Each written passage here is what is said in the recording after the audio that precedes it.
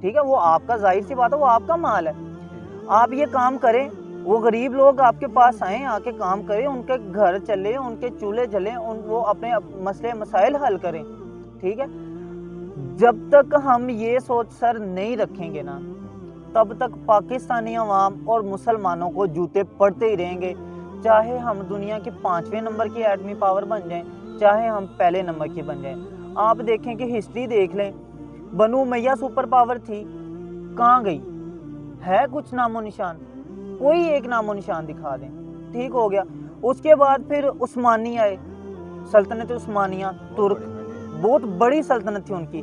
امیر Timur آئے، ابھی میں یہ ریسنٹلی وہ پڑھ رہا تھا، کیا وہ ابدالی ہیں جو سر ان کے افغانوں کے، ٹھیک ہے، وہ ان کے افغانوں کے پہلے بادشاہ گزرے، وہ میں نے جتنی ہسٹری پڑھی نا، اس میں ایک بھی جنگ انہوں نے غیر مسلموں کے خلاف نہیں لڑی۔ انہوں نے آ کے جی مغلوں کے خلاف، جو ادھر ہندوستان میں مسلمان تھے ان کے خلاف لڑ لی، ہندوستان والوں نے ان کے خلاف، یہ خود ایک دوسرے کو جوتے مار رہے ہیں۔ تو پھر ضلالت تو ہمارے مقدر میں، وہ ڈاکٹر اسرار صاحب کہتے ہیں نا کہ اللہ تعالیٰ کی ذات نے کہا ہے کہ مومن اور جو مسلمان ہے وہ کبھی رسوا نہیں ہو سکتا۔ قرآن کریم میں یہ بات کہی ہے نا کہ مسلمان کبھی رسوا نہیں ہو سکتے۔ یہ میں ایک خلاصہ بیان کر رہا ہوں، آیت ہو سکتا ہے مطلب اس کے الفاظ کچھ اور ہوں، لیکن میں خلاصہ بیان کر رہا ہوں۔ تو یہ کہتے ہیں کہ یا تو یہ بات مان لیں کہ قرآن جھوٹا ہے، یا یہ بات مانیں کہ آپ مومن ہی نہیں ہیں، آپ مسلمان ہی نہیں ہیں، آپ حق کے راستے پہ ہی نہیں ہیں۔ سر اب یہ فیصلہ تو ہمارے اوپر ہے نا کہ ہم یا تو ہم مومن، مسلمان اور ایمان اور حق کے راستے پہ نہیں ہیں، یا پھر قرآن میں جو لکھا وہ صحیح نہیں لکھا۔ تو فیصلہ کریں، پھر یہ اب کریں نا، اپنا جگرا ذرا بڑا کریں۔ اور یہ کہتے ہیں کہ ہم ہر دور میں کوئی نہ کوئی، ظاہر سی بات ہے، کوئی ایک مرنے والا اور مارنے والا حق پہ تھا نا، تو وہ پھر خود کو حق پہ ثابت تو کر کے دکھائے نا۔ اب یہ تھوڑے دن پہلے جو پشاور میں ایک وہ لڑکا تھا خالد، جس نے وہ ایک قادیانی کو قتل کیا ہے، ٹھیک ہے، تو دیکھیں اب کہ اس بچے کی زندگی تباہ ہو گئی۔ اب یہ جو بڑے بڑے لوگ پیچھے کھڑے تھے اور کہہ رہے تھے کہ جی ہم اس بچے کا ساتھ دیں گے، ہم اس کی ضمانت، وہ کہاں گئے؟ اب ان کی وہ جو وکالتیں ہیں، ان کے جو مطلب ان کے تعلق ہیں، ان کے جو مطلب وہ ججز اور وکیلوں اور عمراء کے ساتھ جو تعلق ہے، وہ کہاں گئے؟ اس بچے کی زندگی تباہ ہو گئی، اس بچے کے گھر والوں کی زندگی تباہ ہو گئی، کتنے لوگوں کی، کتنے اس کے ماں باپ کیا ان پہ بیتتی ہوگی۔ اور یہی بات اگر ہمیں، جیسے ہم الحمدللہ ہمیں پتہ چل گئی ہوئی ہے کہ میرے بھائی گستاخانہ رسول، گستاخی رسول جو ہے اسے ہم سزا نہیں دے سکتے، ہماری حکومت مسلمان ہے، ہمارے حکمران مسلمان ہیں، ہمارے جو بڑے ادارے ہیں وہ مسلمان ہیں، ہمارا کام ہے ان کے پاس جانا۔ اگر ہم چلے گئے ہیں ہمیں اتنا ہی ثواب ملے گا جتنا ہم نے ان کی پوری جماعت کو روک دیا ہے۔ سر ہم نے اگر اس بندے کے خلاف اعلان بغاوت کر دیا اپنے فریم آف ریفرنس میں، یا تو پھر ہمیں یہ کام ہم تب کر سکتے تھے نا اگر کہ رسول اللہ صلی اللہ علیہ وآلہ وسلم نے ایک عام چلتے پھرتے انسان کو کہا ہوتا کہ ہاں بھائی تم اگر دیکھو نا کہ یہ ملی گستاخی کر رہا ہے تو تم اسے قتل کر دو، پھر تو ہمیں یہ اتھارٹی، ہمارے پاس یہ اتھارٹی ہوتی نا تو ہم یہ کرتے بھی، ٹھیک ہے۔ اب آپ دیکھیں کہ مکے کے ایک بہت بڑے سردار تھے، بدر میں وہ قیدی بن کے آئے، ٹھیک ہے، تو ان کے پاس نا اب مطلب جو شرائط تھی رسول اللہ صلی اللہ علیہ وآلہ وسلم نے رکھی تھی کہ آپ ہمیں یا تو مطلب وہ ایک معاوضہ رکھا ہوا تھا وہ دیں، ٹیکس لگایا ہوا تھا وہ دیں، یا تو پھر مطلب ہمارے جو ان پڑھ بچے ہیں انہیں پڑھائیں، ٹھیک ہے۔ سہیل ابن عمر وہ بعد میں پھر مسلمان ہوئے، فتح مکہ تک وہ ایسے ہی رہے، ٹھیک ہے، اور اس کے بعد پھر وہ مسلمان ہوئے۔ تو سہیل ابن عمر کو جب مطلب ان کے بیٹے مسلمان ہو گئے تھے پہلے ہی، تو سہیل ابن عمر قید ہو گئے، تو انہیں چھڑانے کے لیے نا ان کے بیٹوں نے پیسے نہیں دیے، انہوں نے کہا نہیں ہے، ان کے بھائی آئے، انہوں نے خود کو ان کی جگہ پہ رکھا اور سہیل ابن عمر کو جانے دیا واپس تاکہ وہ پیسے دیں جو جرمانہ ٹیکس ہے اور اپنے بھائی کو وہاں سے بازیاب کروائیں۔ اب اس میں سننے والی بات یہ، مزے والی بات یہ کہ انہیں ملے حضرت عمر۔ حضرت عمر کہتے ہیں کہ حضرت سہیل ابن عمر کو کہہ رہے ہیں، کہتے ہیں کہ تم نے جو رسول اللہ صلی اللہ علیہ وآلہ وسلم کے خلاف کہا ہے نا میرا دل کر رہا ہے کہ میں تمہارے سامنے والے 2 دانت توڑ دوں، تمہاری زبان کو باہر لٹکا دوں. یہ حضرت عمر کے الفاظ ہیں. ٹھیک ہے. اور انہوں نے آگے یہ کہا کہ میں ایسا کروں گا نہیں، کیونکہ مجھے رسول اللہ صلی اللہ علیہ وآلہ وسلم نے منع کیا. سر دیکھیں کہ کتنی بڑی بات ہے. بہت بڑی بات. آج کوئی انہیں دیکھے بغیر کوئی گستاخی کر رہے، ہمیں چلیں ٹھیک ہے، ہم کہتے ہیں کہ وہ دنیا میں نہیں ہے. ہمارے لیے برداشت کرنا اس دور کے حساب سے زیادہ آسان ہے. ہم اتنے پختہ مسلمان بھی نہیں ہیں، ہمارا ایمان بھی اتنا پختہ نہیں ہے جتنا ایمان صحابہ کا پختہ تھا. پھر بھی وہ اس کے باوجود کہ وہ مطلب فزیکلی رسول اللہ صلی اللہ علیہ وآلہ وسلم کو مطلب معاذ اللہ قتل کرنے کی کوشش کر رہے ہیں، پھر بھی انہیں نہیں کہہ رہے کہ رسول اللہ صلی اللہ علیہ وآلہ وسلم نے منع کیا. قرآن میں تو کہا گیا ہے کہ جو تمہیں قتل کرتا ہے اسے قتل کرو، اور اسی میں بھلائی ہے. پوری انسانیت کی بھلائی کہہ دیا گیا. ٹھیک ہو گیا. تو سر بس دکھ ہے، رونے ہیں، بس یہی ہے. اور آخر میں پھر یہی بات کہوں گا کہ سر اگر آپ کے خاندان میں کوئی ایک بندہ ریورٹ ہوا ہے نا، تو انشاءاللہ اگر تو وہ بندہ اس خاندان کا کوئی بڑا ہوا، جیسے ہم اپنے خاندان میں الحمدللہ میں بڑا تھا، میرے پورے خاندان نے جو حق کا راستہ اپنا لیا. ٹھیک ہو گیا. جو خاندان کے بڑے بڑے لوگ ہیں وہ جب یہ باتیں دیکھیں گے نا اور سنیں گے نا سر، وہ ان باتوں کو اپنی عقل میں لیں گے.